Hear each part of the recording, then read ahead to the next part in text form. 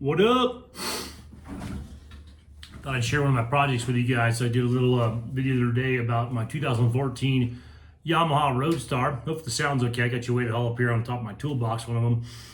We're inside the Beat Laboratory, which is a 40-foot high cube shipping container. So that's what I do. I buy, sell, and deliver shipping containers when I feel like working.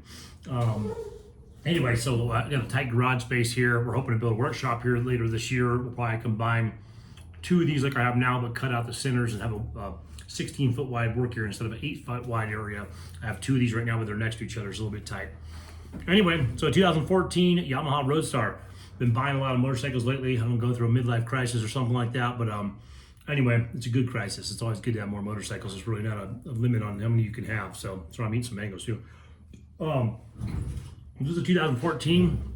It's a 1700cc. I bought it used recently locally. Not locally, sorry.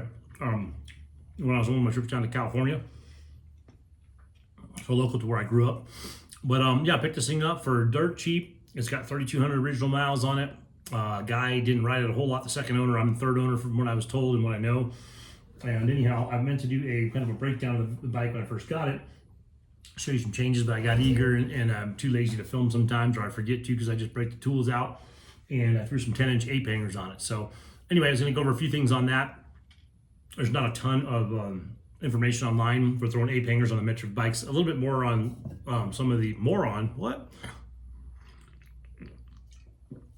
There's a little bit more on some of the smaller displays, like the V-Star 650s, 1100s. Seems like there's a lot of mod videos for those, but not as many for the Roadstar. And I don't know all the details of it. This is probably my 9th Roadstar I've owned over the years. I really like these bikes. I worked in Japanese metric my whole life for 20 plus years. So I ran metric dealerships as a service manager, as a general manager. I ran professional race teams and athletes. So I've been around the motorcycle industry for, my whole life as far as an enthusiast, and probably about 22 years as occupation. So left that about 7 years ago. Getting old. Got out of that, stopped racing dirt bikes about 35, about 15 years back. Started riding adventure bikes, which is super fun. Love that, camping out the bikes, but always enjoy cruisers too. During that 2004, 2005, like those chopper show days, I was buying custom Khrome kit bikes from their Drag Specialties catalog. You could buy those hardtails for like 9 or 10 grand, put them together and flip them for like, between 15 to 18,000. So I built a couple of those and made some money. I also did a big beard chopper, which you could buy that kit for between about 16 to 18 grand, which is not cheap. This is back in about 2004, well, 2000 probably about 2008 when the economy collapsed with the housing market. But I built a big beard chopper in 2005. I think I had about 19 grand into it, including the paint and everything. It comes on a pallet. You put together like a giant Lego set. Had a buddy of mine that did this, was doing the paint jobs for the Discovery Channel for their biker build-offs. And did a badass paint job on that chopper. It was a 2005 big beard chopper. Kept it for a couple of years and then sold that for about an $8,000 profit. But yeah, so I've been around bikes my whole life, but I've always liked these Roadstars. I've been around Japanese metrics, so I don't buy Harleys. I don't necessarily do too many American bikes because I just wasn't making money off of those. So it made more sense when I was racing Suzukis and Yamahas and Hondas. If I wanted a cruiser, I'd buy a Roadstar or like a VTX or like a Vulcan or something like that. That way, if I parked in front of the dealership I was working for or working with, whether I was a rep or a GM or whatever, it would be a product that would entice people to want to buy stuff and spend more money, as opposed to, well, that chopper's badass. Can you build me one and make no money at the shop? Probably could have made more money building choppers on the side, but that didn't last forever. I sold that last bike and like the crest of 2008, right before everything just collapsed. So I got my money and got out. Luckily, a lot of people didn't do well during that time. But yeah, on to current day. This is about my 9th Roadstar. I bought 2 Roadstars in the last 3 weeks, actually. So if you watch some of their videos, I bought a 2000 Roadstar with about 28,000 miles on it. That needs a little bit of just maintenance and some updates. I got the new battery over there. I got the brand new oil for the oil change. We'll dump the fuel out. I have a rebuild kit for the carburetor, so we'll rebuild that one. Probably either this week or next week. I was hoping to get them this weekend, but I've been working on this one. Got a little ahead of myself. So anyway, that's a carbureted unit. It's 2000. This is a 2014. It's a fuel injected unit. So I'm gonna bring you a little bit closer. Sorry, I'm rolling around in my little chair here because of the confines on space here. We got projects over here. We got projects outside. We got the Tenere hanging out in here, just begging for a ride. I took that for about an hour ride a couple days ago. Man, it was just a pleasure to ride. I forgot how freaking awesome that was. I haven't been on it in a while. So anyway, this is the electronic fuel injection model. I think 2008 and up was. It's a 1700cc. These are just some generic bars you can get off of Amazon. I think I paid about 65 bucks for the bars. I could be wrong. I shopped quite a few things, excuse me, in the evening, and then started pushing, you know, cart, buy. Anyway, so I think they're about 65 bucks. I bought some generic style risers. I couldn't even pronounce the name. It was like Fetal Plus or something like that. I mean, maybe it's a popular brand. I don't think it is. Probably just some knockoffs, something from China or something like that. They were about 20 bucks, 23 bucks, I think, for the risers. 1-inch risers. This is already a 1-inch riser on the original one, but it had, I'll show you the style it was. My older one has like these individual risers. My newer, this one had like this big archaic thing that doesn't work with integrated, you know, internal wiring and things like that. So these bars are set up for internal wiring. You can see the patina on these things are just disgusting on the cables because it just sat out in the sun. So I have brand new stock cables coming for the throttle, brand new stock cable coming for the clutch, and then the internal wiring. If I like these bars, I got to figure out how to gusset it up here. We'll bring them in down here and bring them up and through like you would a normal internal wiring. They don't look bad out here. They don't look great though either. Oh, sorry, right there. Not that one. This one. That's the brake line. So, so I have clutch and throttles coming out. This is fine, and then these are the internal wiring. Sorry. So going back up inside here though, it'd be pretty tight to get in here. I've seen people take and gusset these out. Take the area that's already kind of gusset. I can barely feel the tip of it right there, and just bore it a little bit. That's all you'd have to do to get this wire to go through there. But then you got to also suck it up in here and behind here. So we'll figure it out. If I do the internal wirings, I'll basically cut the sleeve off of here. I'll wrap it in tape because it'll be a little bit tighter than this. I'll put a little hole right up in here. You know, I'll run the line through here so you'll have that, about that much exposed. The rest of it will all be in here, and it'll come out down here and go right in front of the triple trees, most likely. So, like I said, this is a Harley bar. I don't even have the part number on this. I'll try and put it in the comments. I'm not that skilled as far as like putting that stuff online. These are big, heavy bikes. This is a 1.25 inch bar. Tapers down to 1 inch with a 5 1/4 gap. You have exactly 5 1/4 from tip to tip on here. On the width, well, maybe not exactly, right underneath it. It's basically see a little tiny bit, but you're pretty much taking up almost the entire 5 1/4. And it depends on what risers. These are squared. I bought them on purpose squared. That way I knew it would be a true measurement, not rounded or bulky. And they would fit. These are, I think, 1.5 inches from the triple tree to the base here. So it's just got a nice fit. So you got 1.5 inches here. You're probably pretty close to 1 inch to 1.5 inches anyway from the original one. So I don't think it made any much difference in rise here. And once again, this is a 10-inch bar rise right here. I don't know what the pullback is. I'm not into geometry. My dad was an engineer. He couldn't build shit. I'm a builder. I'm a doer. I'm a put it together kind of guy. So if you want ergonomics on these things, I mean, you have to get another channel for that. That's not me. So anyway, so 10-inch ape hanger, $65 specials. I bought some generic handlebar grips on Amazon, thinking that maybe they had advanced since my last Roadster years back, and I was unfortunately very wrong. They did not advance. So these are Avons, and these are about 65 bucks. Not too bad on those either. So 65, and maybe these were 89 and 65. I'm getting the numbers mixed up. This is a actual metric designed Avon contour rubber knurled grip. I don't know if you can see that close enough. I don't even see what I'm looking at here. So it has that rubber grip. It's kind of similar to like a dirt bike grip, or I've always done these on my choppers and stuff in the back. Nice anodized aluminum or whatever they are. They look really, really nice and clean, super nice. So I like the blacked out look too. Obviously there's some chrome on here. This is not a black bike. It's kind of got a purplish color to it, purplish out in the sun. So eventually they'll get painted. That's down the road. But yeah, so on the throttle side here, I bought what's called a Khrome Werks throttle by wire extender. The reason being is most of these bars you're going to find on Amazon are set up for a Harley, so you're going to have the throttle by wire set up so they can be compatible with that or with the add-on, another style. I don't think you need to put the add-on there. You can just have it there and have a little bit of looseness there potentially. I like to have it kind of a tight fit on there. It has a nice snap back. It doesn't rattle around. It's real clean. So I don't have a picture of the product, but it's the Khrome Werks is the brand. And it's called, on Amazon, it's hard to look up. It ended up being the, let me try here, partner right there. So it is a handlebar grip extension for 1982 to 2007 applications. I don't think that matters at all. It's basically, I think the reference that went under Amazon, it was the handlebar throttle by wire extension piece or something like that. So if I can put it in the description, I will, as far as the more information in the comment section. But yeah, you need one of those to clean that up, that little knurled section that's on the end of the grip. This is what I had going before. These big old Kyriokin knockoffs. I don't think these are Kyriokin. I think these look like him. Maybe big old spikes. I mean, just gaudy. I can't stand that look. I mean, I know people run them, so no offense to anyone that wants to. Each is your own.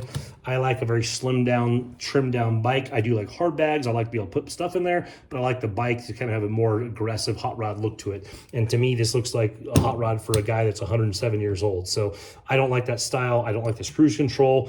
I like the little flat tab you can put on there, a little plastic tab. I know it's archaic, and this is a lot more, engineered. Once again, I'm not an engineer. That looks ridiculous to me. This thing, I mean, I could probably work out with this thing. It's freaking ridiculous. It weighs like 700 pounds. So anyway, not a fan of that. All this bullshit that had a hook onto here. And then, like I was saying before, here's your original risers. On certain models, it's going to be this big wide piece here, and then it's not cut out for internal wiring down there. If you want to go internal, and like I said, this is going to be a little too wide. See how it bowls out on the side there and rounds out over there? You can't fit these in a lot of aftermarket bars. So if you come into an area where you buy some bars for your Roadstar, whether it be a 1999, 2014, 2008, whatever, if you buy bars, get them home and realize, oh, they don't fit, you can pick up a set of these risers for nothing. So Biltwell makes a cool set. I mean, I think Crash and Supply makes them. These are knockoffs. Like I said, these are like $20 specials. I saw them as low as $13 for an anodized aluminum 6061 grade aircraft aluminum risers. So I mean, that's nothing. So if you think about it, like I said, these are squared, not rounded at all. Some are round. I have a round set that from Biltwell were a little too wide for this, so I didn't use those. I bought these specifically straight like that, dirt bike style, completely. If you look at, let's see what we got on here. Boom, very similar to a dirt bike, so very, very basic. So put the pro taper bar on there.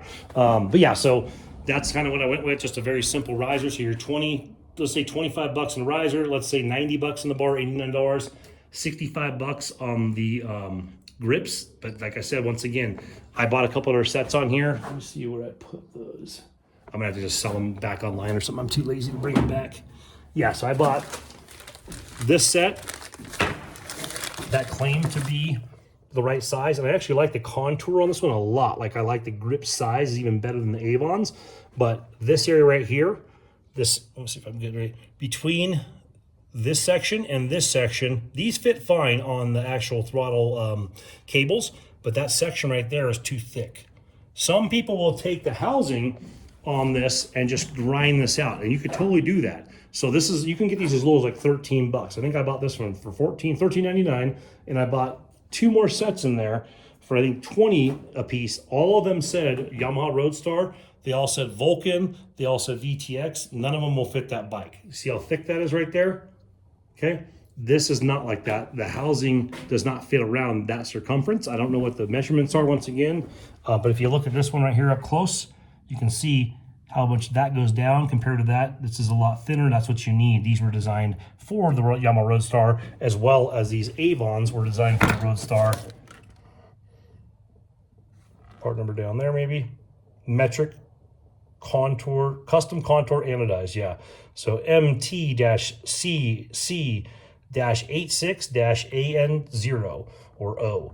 And it shows you all the metric fitment on here. It does have information for Harley on here. Maybe they will fit some, but they will show that the Roadstar right there on the top of that listing, if I'm looking at it right, shows right there 99 to 2015. So we know they're going to work for the bike. And they come with two cams. So this comes like this, but with the cam missing from there, and it's knurled. So you have these little slots on here. This cam is for all Honda applications, VTX. Every other application uses the cam, and that'd be the cam right there or the cam right here. The cam that's on here is for the Roadstar. It's inside the house right now, but if it's the Roadstar, I believe the Vulcan, I believe the Boulevard series from Suzuki, Vulcan from Kawasaki. And then, like I said, it's a different cam right here, a secondary cam that you glue this in place, a little goofy. Oh shit, it's gone. You glue that in place. But it's fine. You put a couple of dabs of super glue. It's not going to come out of the housing. That thing's all trapped in there anyway. But this would be for the Honda. Everything else uses the other cam that came with it for the Yamaha, Suzuki, and Kawasaki applications. So once again, it's very tempting. 13 bucks, 20 bucks to grab a set of these bad boys on Amazon. Unfortunately, they go back in the round file or on back up online for $5 or the garage sale. They did not fit. So anyway, like I said, I love the fit on this thing. This is about a 10-inch ape. You can use the stock lines, I think up to 12 inches, what I've read online. Some people claim they rerouted stuff and it fit up to 16 or 18-inch ape hangers. I'm not going that far, so I'm not really worried. I have 2 Roadstars, so if I do like this bar, but I do want to go higher, because he's about 3 inches below my shoulder level. I'll do a video, I'll set the camera down, show you the difference. I wouldn't mind going about 3 more inches on here, but I just didn't have enough comparison data to know that. So I wanted to try these out first. And I have another Roadster outside, a 2000. Sorry, I'm going to be working on doing a very similar setup, but just kind of scaled down. So I may transfer these over to the other Roadstar, and I may buy extended cables and go up to a 14-inch ape hanger on this, which is only 4 inches taller, so about right here, but that'd be almost exactly my shoulder height. Well, this is about 3 inches shorter than my shoulder height. The reason I say shoulder height, if you ride a long distance, having your arms way up here, like this, I mean, I know it looks cool in the movies and shit and Sons of Anarchy and all these bad dudes riding down the road with prison tattoos, but your blood flow is going out of your arms, so you will get tired on a ride. I have neuropathy and nerve damage and shit from motorcycle accidents, racing dirt bikes over the years, and health related stuff. So I'm not trying to be looking like a badass lowrider. I'm looking for comfort. I'm looking for a thicker bar that feels good on this big, thick bike. And I'm looking for something that doesn't make my hands fatigue or go numb. So let me set it over here. I'll try and get the stance. Like I said, I'm not the best cameraman. You'll see kind of a straight on here. I'll try to get it straight on and show you kind of what it looks like from there. Like I said, so for reference, I'm 6 foot tall, 195 pounds. I've got some long ass arms. I got a short torso. I'm all legs. So I'm not a real tall torso, but that's kind of a angled straight on here. Like I said, I'm down about 3 inches from my shoulder height, if you can't tell from this. So if I'm sitting straight up, and I'm not going to ride like this, I'm going to kind of slouch a tad bit. This is a pretty puffy seat too. I'm looking for a potato chip. I'll try to drop about 2 inches. So that's the thing. Again, I'm going to get a seat that really works for me. I'm going to run these bars for a couple of months. If I like the bar feeling and I drop my seat 2 more inches, I'm down here, that might work. But right now, I would be comfortable about right here on this particular seat setup. So that's about a 14-inch ape hanger, and these are a 10-inch ape hanger. So like I said, I like the look of these. Some people do, some people don't. Some people like that real aggressive look. I've seen guys riding bars up to here. I don't know how the hell you're fighting traffic, with your arms up here. I want my, I like a dirt bike grip, like kind of right about here on my adventure bikes, my dual sports. This is about this within about 2 inches. This is about as high as I want to go on a street bike for, I guess, quick reaction time, comfort and long ride, blood flow, things like that. Also, the angle your wrists are at are important.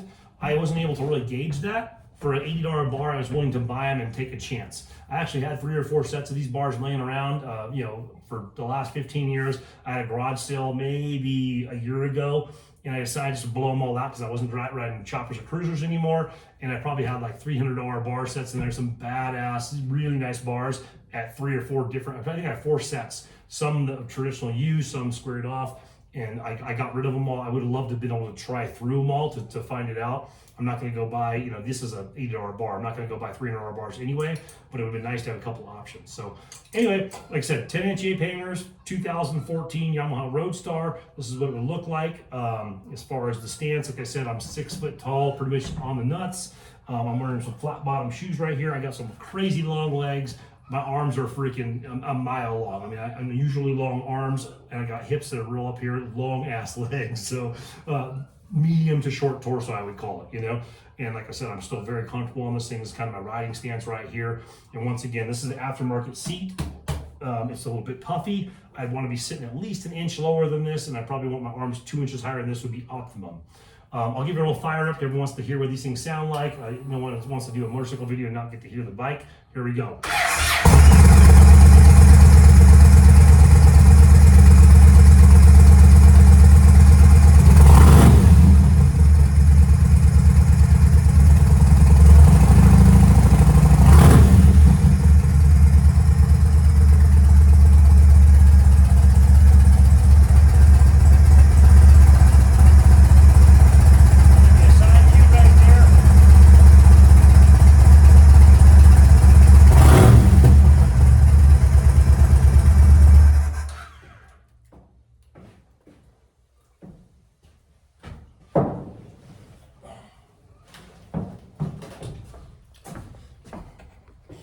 I'll do some POV stuff on the spring pretty soon so you kind of see through the bars. As far as the handling, I'll give some feedback. There's some other bike things coming up. I have some hard bags I bought that I'm going to be unboxing.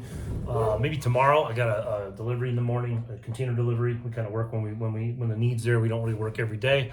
So when the need's there, we prioritize that and go from there. But yeah, so I'm gonna try and unbox those. They're Amazon specials. So they're the $210 specials that come with it's a Harley hard bag that looks like you'd see on a Road King, Road Glide, Street Glide, any of those. It's not a stretch bag. I didn't want stretch because I don't know if I'm gonna have some tolerance issues with my current pipes.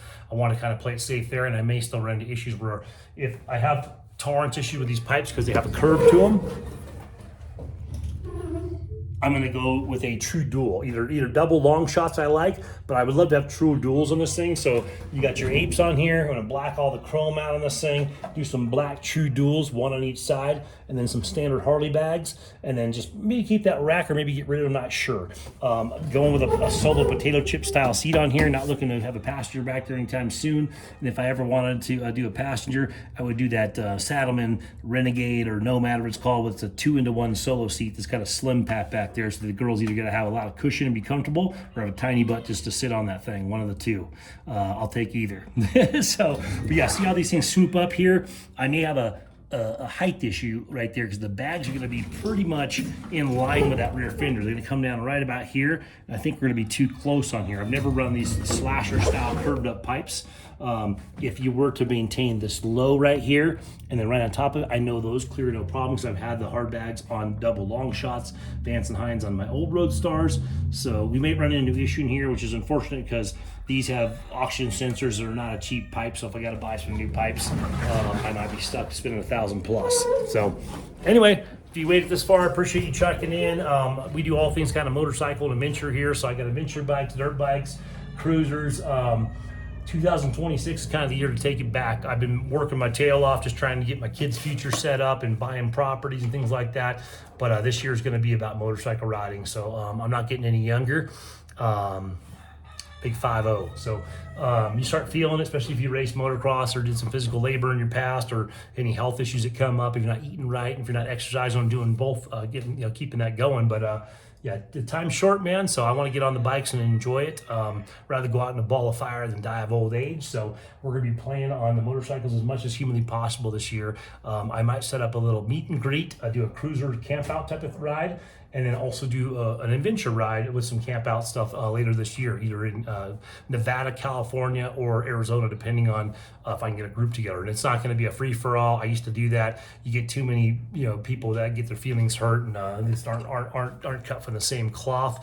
We're looking for people that got thick skin that know if you like someone, you make fun of them immediately and you break the ice. So it'll be an invite only kind of thing regarding around people I have in my comment section or people I kind of vibe with. But yeah, maybe later this year we'll do a cruiser camp out off the bikes. Maybe go to Kernville or something with the Biltwell guys. Maybe go do one of the bike week things. I'm not real big on the big crowds, but maybe just go do some camping off the cruisers. And obviously adventure bikes, I mean, it's a no-brainer. Get out there and camp anytime. But yeah, I'd like to get maybe 1 or 2 camp outs on the adventure bikes going this year, and I'll announce that long in advance. Right on. Stay tuned, guys.